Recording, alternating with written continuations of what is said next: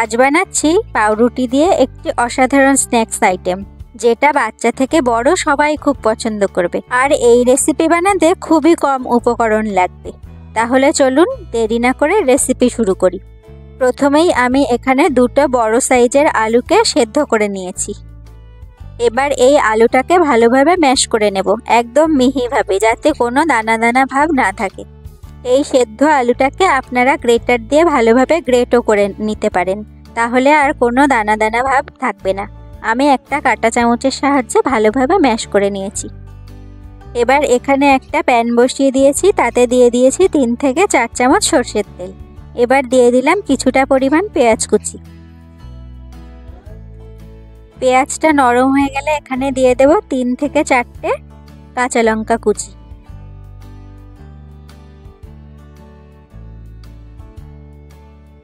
এবার এটাকে ভালোভাবে একটু ভেজে নিচ্ছি।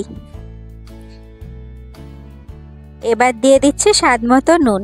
একটু কম পরিমাণে ব্যবহার করতে হবে, যেহেতু আমি পরে আবার ম্যাগি মশলা অ্যাড করব। আর আমরা জানি ম্যাগি মশলাতে আগে থেকেই একটু নুন থাকে। এখানে আমি একটা ম্যাগি মশলা দিয়ে দিচ্ছি। ম্যাগি মশলাটা দিয়ে ভালোভাবে একটু ভেজে নেব।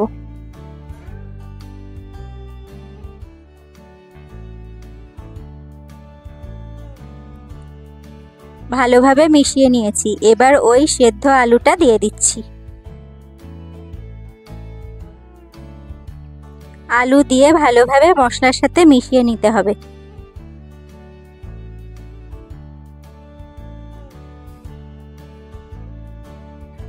পাউরুটির ভেতরের পুর প্রায় রেডি হয়ে গেছে। এবার দিয়ে দিচ্ছি কিছুটা পরিমাণ ধনেপাতা কুচি। ধনেপাতা দিয়ে আবার ভালোভাবে আলুর সাথে মিশিয়ে নিচ্ছি।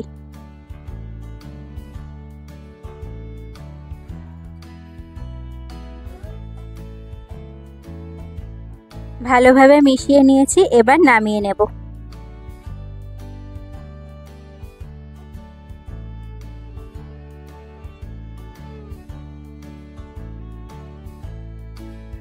এখানে কয়েকটা পাউরুটি নিয়ে নিয়েছি।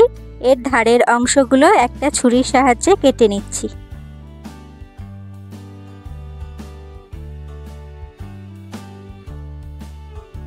সবগুলো একই রকম ভাবে কেটে নিয়েছি।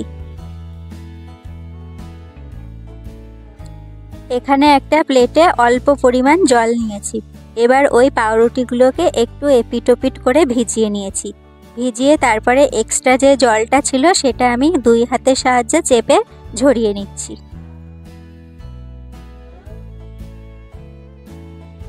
পাউরুটির মধ্যে এবার ওই আলুর পুরটা দিয়ে দিচ্ছি।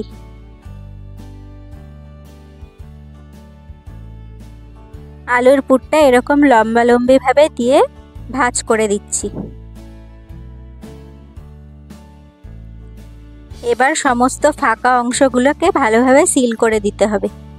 খেয়াল রাখতে হবে কোথাও যেন একটুও ফাঁকা না থাকে, তাহলে ভাজার সময় পুরটা বেরিয়ে আসতে পারে। এই যে একদম এরকম ভাবে করে নিতে হবে। এখানে আমি আরো একটি একই রকম প্রসেসে করে দেখাচ্ছি।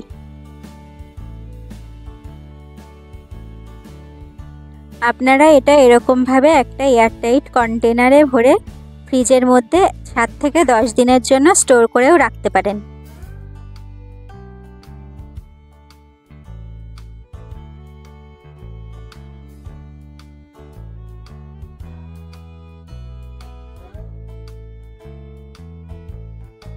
ভাজটা করার সময় খুব আস্তে আস্তে করতে হবে, যেহেতু রুটিটি ভেজানোর ফলে একটু নরম হয়ে গেছে, এই জন্য একটু ভেঙে ভেঙে বা ছিঁড়ে ছিঁড়ে যেতে পারে।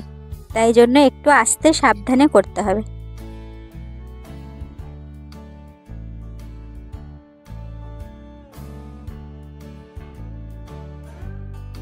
এখানে আমি সবই একই রকম প্রসেসে করে নিয়েছি।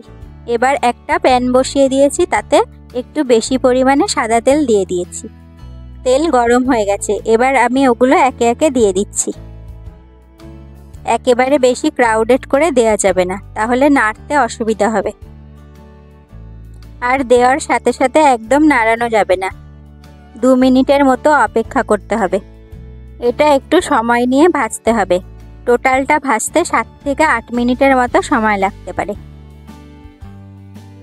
আমার এক পাশটা ভাজা হয়ে গেছে, এবার উল্টে দিয়েছি।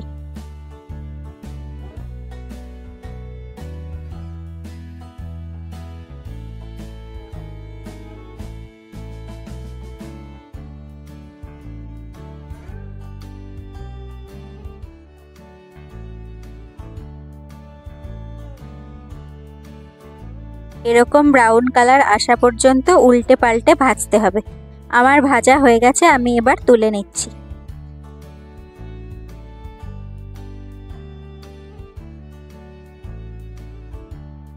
বাকিগুলো আমি একই রকমভাবে ভেজে নিয়েছি।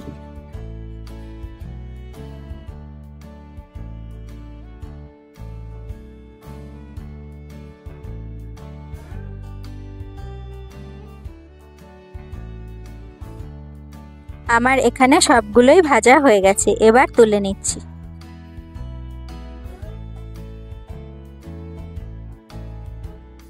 এই রেসিপি করতে খুবই কম সময় লাগে। আপনারাও অবশ্যই এইভাবে একবার ট্রাই করে দেখবেন। বাচ্চারা স্কুলের টিফিনে অথবা সন্ধ্যের স্ন্যাক্সেও খুব পছন্দ করবে। আর এটা অনেকক্ষণ পর্যন্তই বেশ ক্রিস্পি থাকে। আমি এখানে একটা কাঁটা চামচ দিয়ে দেখিয়ে দিচ্ছি, দেখে বুঝতেই পারছেন কতটা ক্রিস্পি হয়েছে। আর এটা সত্যিই খেতে খুবই সুন্দর হয়। একবার অবশ্যই ট্রাই করে দেখবেন। তাহলে আজ এখানেই শেষ করছি। রেসিপি কেমন লাগলো জানাবেন। দেখা হবে পরবর্তী ভিডিওতে। ততক্ষণের জন্য সবাই ভালো থাকবেন, সুস্থ থাকবেন। ধন্যবাদ।